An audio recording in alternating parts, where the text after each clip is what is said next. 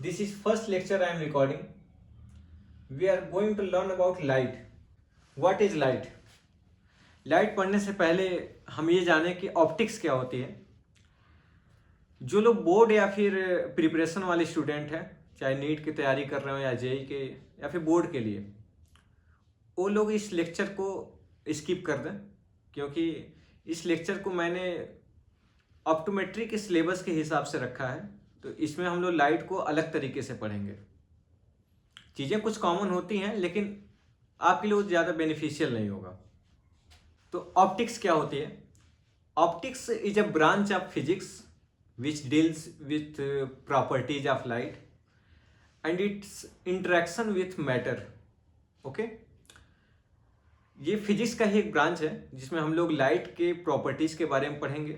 बहुत सारे ऐसे हमारे इंस्ट्रूमेंट हैं, ऑप्थेल्मिक इंस्ट्रूमेंट, जिसमें ऑप्टिक्स यूज की गई है। तो वो सारी चीज़ें हमारी ऑप्टिक्स के अंदर आती हैं। ठीक है, तो हम लोग पहले पढ़ेंगे लाइट। लाइट क्या होती है? Light is a form of energy which gives sensation to the eye. Okay, जब लाइट हमारी आंख में पास करती है कॉर्निया, एक्वस और लेंस और विट्रस के थ्रू, जब ये रेटिना पे जाती है तो एक सेंसेशन देती है, उसे हम लोग लाइट कहते हैं। ठीक है, दूसरा पॉइंट देखते हैं। लाइट जो होता है वो इलेक्ट्रोमैग्नेटिक स्पेक्ट्रम का विजिबल पोर्शन होता है। ठीक है, इलेक्ट्रोमैग्नेटिक स्पेक्ट्रम का विजिबल पोर्शन होता है। Light is visible portion of electromagnetic spectrum.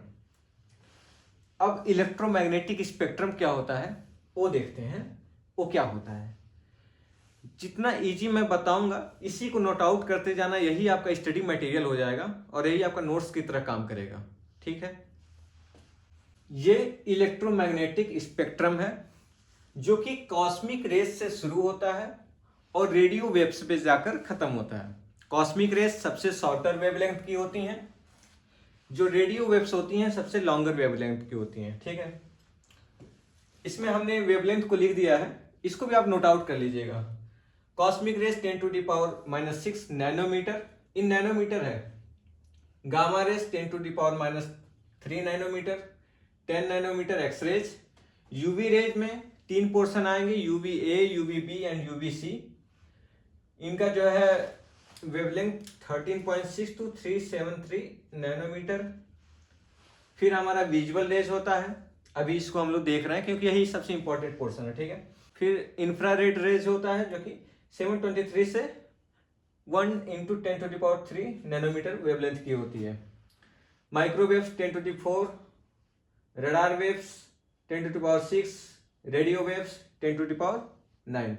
सबसे हायर वेवलेंथ की रेडियो वेव्स होती हैं। ठीक, जो हमारा विजिबल रेज होता है वो यूवी रेज और इंफ्रारेड रेज के बीच में लाई करता है।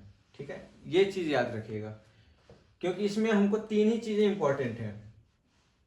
ये पोर्शन तीनों, यही सबसे इंपॉर्टेंट है। ठीक है, तो हमने यहां से क्या जाना कि एक पॉइंट और इसको लिख लेते हैं। Visible raise lies between UV rays and infrared rays.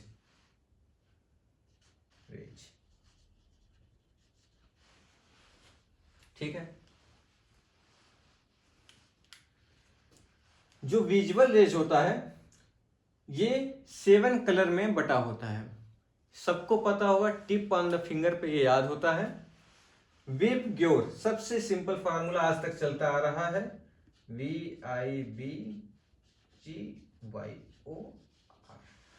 Violet, indigo, blue, green, yellow, orange and red.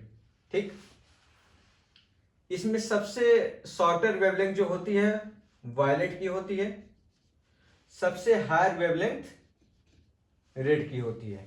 ठीक है, इसको भी हम लोग इसी में लिख लेंगे। द वाइट लाइट जिसको हम लोग विजिबल लाइट भी कह रहे हैं, कंसिस्ट ऑफ 7 कलर्स। कौन से 7 colours? Violet, indigo, blue, green, yellow, orange and red. जो कि रेड जो है इसकी वेवलेंथ सबसे ज्यादा होती है। इसकी वेवलेंथ, इन 7 कलर की बात कर रहे हैं हम लोग, इसकी वेवलेंथ ज्यादा होती है। इसके वजह से एनर्जी इसकी कम होती है। ठीक है, ये पॉइंट याद रखिएगा। तो वायलेट में क्या होगा इसका, इसकी वेवलेंथ क्या होगी, कम होगी, तो इसकी एनर्जी क्या होगी, ज्यादा होगी। ठीक है, अब हम लोग इसमें से इन तीनों को डिटेल में पढ़ेंगे, जो विजुअल रेज है और उसके जस्ट पहले, उसके जस्ट बाद का, इन सारी चीजों को हम लोग छोड़ देते हैं। ठीक है, ओके। 3 इंपॉर्टेंट चीजों में से पहले आता है UV rays. UV rays 13.6 nanometre wavelength से 373 नैनोमीटर वेवलेंथ की होती है। इसमें हम लोग 3 टाइप पढ़ेंगे, UV A, UV B and UV C. हम सीरियल वाइज बोल रहे हैं UV A, UV B, UV C, लेकिन अगर हम लोग वेवलेंथ की बात करते हैं तो वेवलेंथ आपका यहां से बढ़ते हुए जाता है, यानी कि ये आपका लेसर वेवलेंथ की होगी और ये आपका मोर वेवलेंथ होगा, मोर वेवलेंथ का होगा। ठीक, ये चीज याद रखनी है। यूवी ए रेज क्या होता है? बेसिकली हम लोग आंखों से रिलेट करके पढ़ते हैं। ठीक है, जो ह्यूमन आई होता है उसमें क्रिस्टलाइन लेंस पाया जाता है, ये चीज तो आपको पता होगी। आगे हम लोग आई बॉल वगैरह जब पढ़ेंगे तो सारी चीजें अभी और भी क्लियर होंगी। यूवी ए रेज का क्या रोल होता है, ह्यूमन आई के प्रोस्पेक्टस से देखते हैं। जो आंख के अंदर हमारे क्रिस्टलाइन लेंस होता है, तो इस बैंड की जो रेज होती है क्रिस्टलाइन लेंस क्या करता है, अब्जॉर्ब कर लेता है। ठीक है, अब ये अब्जॉर्प्शन के वजह से क्या होगा, प्रोलॉन्ग्ड अगर एक्सपोजर होगा यूवी ए रेज का तो आंखों में कैटरेक्ट बन जाता है, क्योंकि जो लेंस एब्जॉर्ब कर रहा है उसी लेंस में ही कैटरेक्ट बन जाता है। ठीक है, तो इसको पहले नोट आउट कर लेते हैं। तो अभी हमने 2 पॉइंट देखे। पहला पॉइंट था कि जो यूवी रेज होती हैं, यूवी ए रेज जो होती हैं वो क्या होती हैं कि क्रिस्टलाइन लेंस के थ्रू एब्जॉर्ब होती हैं। इस एब्जॉर्प्शन के वजह से हमारी आंखें क्या होती हैं, यूवी ए रेज से सेफ रहती हैं। लेकिन अगर लॉन्ग टर्म तक इसका एब्जॉर्प्शन होता रहता है तो उसके वजह से क्या होता है, कैटरेक्ट फॉर्म हो जाता है। ठीक है, क्यों? क्योंकि जो क्रिस्टलाइन लेंस होता है, मान लीजिए आई बॉल है, इस आई बॉल में हमारा क्रिस्टलाइन लेंस है, यही क्या करता है, इन रेज को एब्जॉर्ब कर रहा है। तो धीरे धीरे धीरे धीरे क्या होगा, इसी में कैटरेक्ट बन जाएगा। ठीक है, ये चीज समझ में आ गई। अब इसमें एक और पॉइंट आ जाता है कि अगर कैटरेक्ट बन जा रहा है तो कैटरेक्ट सर्जरी में हम लोग को आईओएल पड़ता है, यानी कि इंट्रा ऑकुलर लेंस पड़ता है। जब सर्जरी होती है तो इस कैटरेक्ट वाले पोर्शन को निकाल के उसमें हम लोग एक आईओएल को डालते हैं, सिंथेटिक लेंस को डालते हैं, जो लैब में बनाया जाता है। अब उस आईओएल में क्या होता है, इसमें क्रोमोफोर पाया जाता है, पिगमेंट क्रोमोफोर। इसका फायदा क्या होता है, ये क्रोमोफोर जो पाया जा रहा है ये यूवी रेज को इनहिबिट करता है। ठीक है, इनहिबिटर होता है यूवी रेज का, जिसके वजह से आंखें कैटरेक्ट सर्जरी के बाद यूवी रेज से सेफ रहती हैं। ठीक है, तो दूसरा आता है यूवी बी रेज। ये क्या होता है, ये रिस्पॉन्सिबल होता है फोटोक्रेटाइटिस, यानी जिसको हम स्नो ब्लाइंडनेस भी कहते हैं। कोई लोग ऐसे हैं जो लोग वेल्डिंग का काम कर रहे हैं या फिर लॉन्ग टर्म तक लैंप के नीचे काम कर रहे हैं, तो ऐसे लोगों में देखा जाता है फोटोक्रेटाइटिस हो जाता है उन लोगों को। ठीक है, जिसको हम स्नो ब्लाइंडनेस भी कहते हैं। लॉन्ग टर्म एक्सपोजर इसका क्या होता है, इसका अगर प्रोलॉन्ग्ड एक्सपोजर की हम लोग बात करें,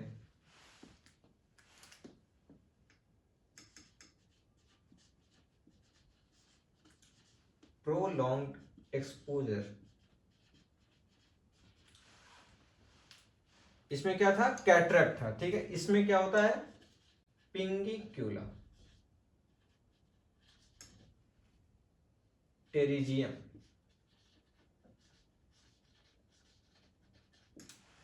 पिंगिक्यूला और टेरिजियम क्या होता है? ये कंजक्टाइवा का डीजनरेटिव कंडीशन होता है। जब हम लोग डिजीज वगैरह का पोर्शन कवर करेंगे उसमें हम लोग डिटेल में जानेंगे कि पिंगिक्यूला क्या है, टेरिजियम क्या है। लास्ट हमारी बचती है यूवी सी रेज। ये क्या होती है? ये हमारी जो ओजोन लेयर है उसके थ्रू ही ये फिल्टर हो जाते हैं, वहीं पे एब्जॉर्ब हो जाती है। ठीक है, यहाँ पे हमने यूवी रेज को खत्म कर लिया। हमने 3 चीजों को कवर करनी है इस वीडियो में, UV rays, visible raise and infrared rays. ठीक है, विजिबल रेज तो मेन हमारा होता है, तो उसके जस्ट पहले और उसके बाद वाला। ठीक है, विजिबल रेज के जस्ट पहले UV rays and visible raise के जस्ट बाद हमारा इंफ्रारेड रेज। हमने इलेक्ट्रोमैग्नेटिक स्पेक्ट्रम में देखा था इसको। तो दूसरा आता है हमारा विजिबल रेज। विजिबल रेज तो हमको पता ही है, 7 कलर इसमें पाए जाते हैं। विबग्योर व्हाइट लाइट हमारी जो होती है कंसिस्ट ऑफ 7 कलर। तो इसके बारे में आपको ऑलरेडी डिटेल में पूरा पता है। इसमें सबसे कम वेवलेंथ वायलेट की होती है, सबसे ज्यादा इसमें रेड की वेवलेंथ होती है।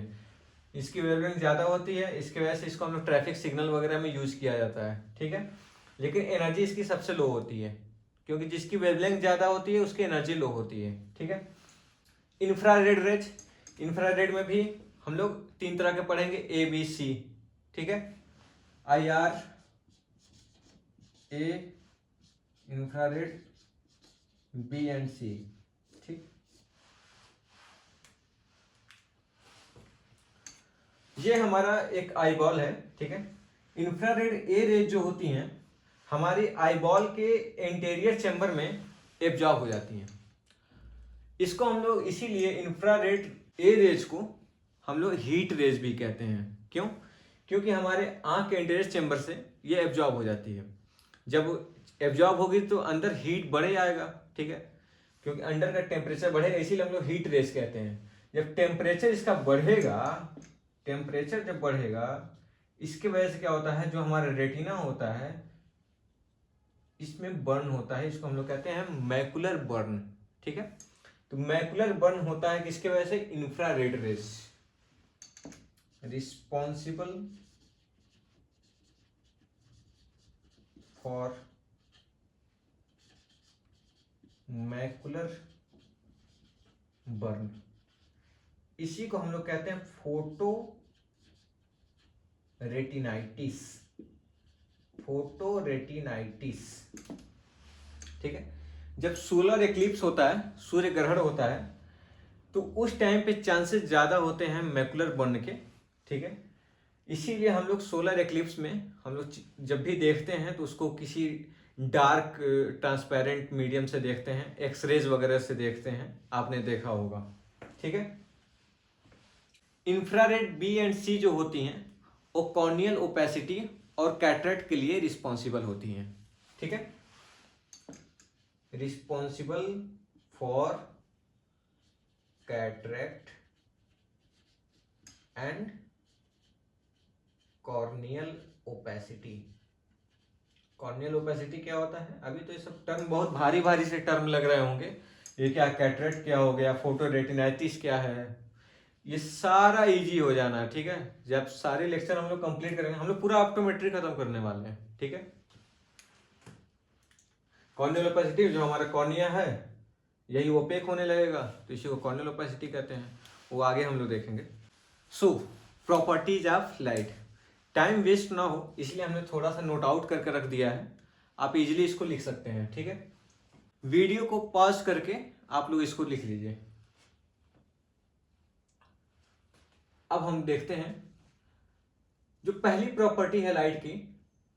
लाइट जो है इलेक्ट्रोमैग्नेटिक वेव्स के फॉर्म में चलती है। ऐसा इसलिए क्योंकि लाइट को पास होने के लिए किसी मीडियम की जरूरत नहीं होती है, इसलिए इसको हम लोग कहते हैं कि इलेक्ट्रोमैग्नेटिक वेव्स के फॉर्म में ये प्रोपेगेट होती है। ठीक है, अभी हम लोग प्रिंसिपल वगैरह पढ़ेंगे तो उसमें देखेंगे मीडियम की नीड होती है नहीं होती है, ईथर क्या होता है, वो सारी चीजें अभी छोड़ देते हैं। दूसरी चीजें क्या है, लाइट जो होती है वो ट्रांसवर्स नेचर की होती है। जब प्रोपेगेट होती है वो ट्रांसवर्स नेचर की होती है। इसकी वजह से लाइट को हम लोग पोलराइज किया जा सकता है। पोलराइज इन द सेंस, मान लीजिए अगर ये लाइट सोर्स है, मार्कर का कलर बदल देते हैं, ये लाइट है, ट्रांसवर्स नेचर मतलब ये ट्रांसवर्स नेचर, ट्रांसवर्स नेचर मतलब ये ट्रांसवर्स नेचर, ट्रांसवर्स नेचर मतलब ये ट्रांसवर्स नेचर, यानी लॉन्गिट्यूडिनल। ठीक, अगर ये ट्रांसवर्स नेचर की है, अगर हम यहां पे बीच में कोई पोलराइड लगा दें, ये पोलराइड लगा दिया हमने,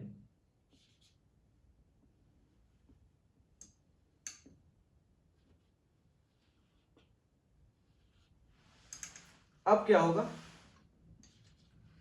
ये एसिमेट्रिकल लाइट यानी जो अनपोलराइज लाइट है उस सिमेट्रिकल लाइट में यानी कि पोलराइज लाइट में कन्वर्ट हो जाएगी,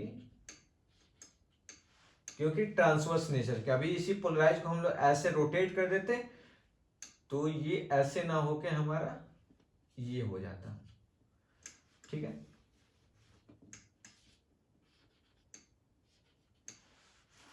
इतना समझ में आया। जब लाइट किसी मीडिया के थ्रू पास होता है तो उसमें कुछ फिनोमिना देखिए कि तो उसकी वेलोसिटी चेंज होती है। ठीक है, वेलोसिटी चेंज होती है, वेवलेंथ चेंज होता है, फ्रीक्वेंसी चेंज नहीं होती है और कलर चेंज नहीं होता है। ये चीज याद रखिएगा। ठीक है, जो व्हाइट लाइट होता है इसको हम लोग हेट्रोक्रोमैटिक लाइट कहते हैं। हेट्रोक्रोमैटिक का टर्म होता है कि जब कोई चीज डिफरेंट वेवलेंथ की एक साथ होती है उसको हम हेट्रोक्रोमैटिक लाइट कहते हैं। तो व्हाइट लाइट में हम लोग देखते हैं कि 7 कलर हैं, 7 अलग अलग वेवलेंथ की हैं, इसके वजह से हेट्रोक्रोमैटिक लाइट कहते हैं। अगर सिंगल वेवलेंथ की किसी लाइट की हम लोग बात करते हैं तो उसको लोग मोनोक्रोमैटिक लाइट कहते हैं। ठीक, तो टर्म याद रखिएगा, हेट्रोक्रोमैटिक और मोनोक्रोमैटिक। एक छोटा सा इसी में सब टॉपिक भी कह लें और प्रॉपर्टीज भी हो जाएगी लाइट की। लाइट की स्पीड, ठीक है, स्पीड ऑफ लाइट क्या होती है,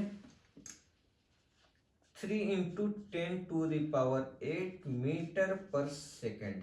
ठीक है, अगर हम लोग इसी को दूसरे टर्म में देखें कि मीटर पर सेकेंड में ना जाकर, तो होता है और 3 लाख किलोमीटर पर सेकेंड। एक और टर्म में अगर जाएं तो 1,85,000 miles per second. Miles per second light की स्पीड को हम लोग देख रहे हैं 3 × 10⁸ मीटर पर सेकेंड। इसी को हम लोग जब किलोमीटर में देखते हैं तो 3 लाख किलोमीटर पर सेकेंड। इसी को हम लोग माइल्स में जब देखते हैं तो 1,85,000 माइल्स पर सेकेंड। अब ये जो स्पीड है, इस स्पीड से लाइट को, अगर हम लोग सनलाइट की बात करते हैं, सनलाइट को अर्थ तक आने में टोटल टाइम लगता है 8 मिनट 22 सेकेंड। ठीक है, इसको आप लोग नोट आउट कर लीजिएगा। ठीक है, 8 मिनट 22 सेकेंड लगते हैं सनलाइट को अर्थ तक पहुंचने में। एक सेकेंड में जो लाइट होता है अर्थ का 7.5 टाइम राउंड कर सकता है।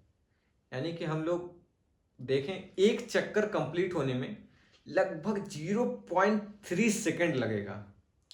वो एक सेकेंड में 7.5 टाइम अर्थ के अराउंड चक्कर काट सकता है। ठीक है, ये चीज आपको क्लियर हो गई होगी। एक और चीज स्पीड ऑफ लाइट में ही देखते हैं, जब मीडिया चेंज होता है यानी मीडियम चेंज होता है तो स्पीड जो होती है वो चेंज होती है। हम लोग पहले भी बात कर चुके हैं, वेलोसिटी चेंज होती है। कैसे चेंज होती है, अगर मान लीजिए लाइट है, एयर में है, एयर के थ्रू अगर वो जा रहा है किसी दूसरे मीडिया में, मान लीजिए एयर से जा रहा है वाटर में। ठीक है, यहां पे मान लीजिए एयर से है, ये एयर हो गया, ये वाटर हो गया। अगर लाइट यहां से जा रही है इसमें, तो क्या होगा, इसकी स्पीड जो है वो थोड़ी स्लो हो जाएगी। क्यों? क्योंकि जो वाटर है उसका रिफ्रैक्टिव इंडेक्स एयर के कंपैरिजन में ज़्यादा है। जब हम रिफ्रैक्शन पढ़ेंगे, रिफ्रैक्शन में पढ़ेंगे, नॉर्मल बनाएंगे, फिर ऐसे नॉर्मल के तरफ ऐसे बेंड हो जा रहा है, कैसे स्लो हो जा रहा है, वो चीज़ तभी भी देखेंगे। अभी इतना देखिए, स्पीड ऑफ लाइट में इतना जानिए कि जब मीडिया चेंज होता है तो स्पीड क्या होती है, लाइट की चेंज होती है। अगर लाइट मान लीजिए एयर से वाटर में जा रहा है और 30% स्लो हो गया, एक एग्जांपल है, मान लीजिए 30% स्लो हो गया, अगर वही लाइट एयर से वाटर में ना जाकर किसी और से डायमंड में अगर जाए, तो वो 30% स्लो की जगह 50% भी स्लो हो सकता है, क्योंकि डायमंड जो होगा वाटर से ज़्यादा रिफ्रैक्टिव इंडेक्स कैरी करता है। तो रिफ्रैक्टिव इंडेक्स जितना ज़्यादा होगा, लाइट की स्पीड को उतना ही स्लो कर देगा। ये चीज़ आपको याद रखना है।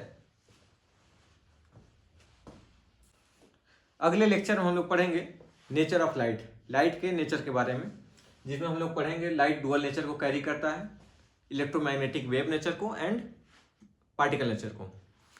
तो इलेक्ट्रोमैग्नेटिक वेव नेचर में हम लोग को कई सारी चीज़ों को कवर करना है, जिसमें हम लोग का रेक्टिलिनियर प्रोपेगेशन ऑफ लाइट होगा, reflection of light, refraction of light, interference, diffraction and polarisation. ऐसे ही हम लोग पार्टिकल नेचर को भी पढ़ेंगे। पार्टिकल नेचर में क्या क्या होता है, स्कैटरिंग कैसे होती है, लेजर क्या है, फ्लोरिसेंस क्या है, ये सारी चीज़ें इसमें आती हैं। एमिशन क्या होता है, एब्जॉर्प्शन क्या होता है लाइट का। ये हमारा बहुत इंपॉर्टेंट होने वाला है सेमेस्टर वाइज भी, ठीक है, और हमारे प्रैक्टिकल पर्पज में भी यही सारी चीज़ें काम आती हैं। हम इन सारी चीज़ों को क्यों पढ़ते हैं, क्योंकि हम लोग जब रिफ्रैक्टिव एरर भी पढ़ेंगे, मायोपिया, हाइपरमेट्रोपिया, एस्टिग्मेटिज्म वगैरह, वहाँ पे भी ये सारी चीज़ें यूज होती हैं। जब हम लोग का बेस ऐसे तैयार रहेगा ना, तो फिर हमको वो चीज़ें ऐसे फील होंगी, हम लोग पूरा बेसिक लेते हुए चलेंगे, ठीक है।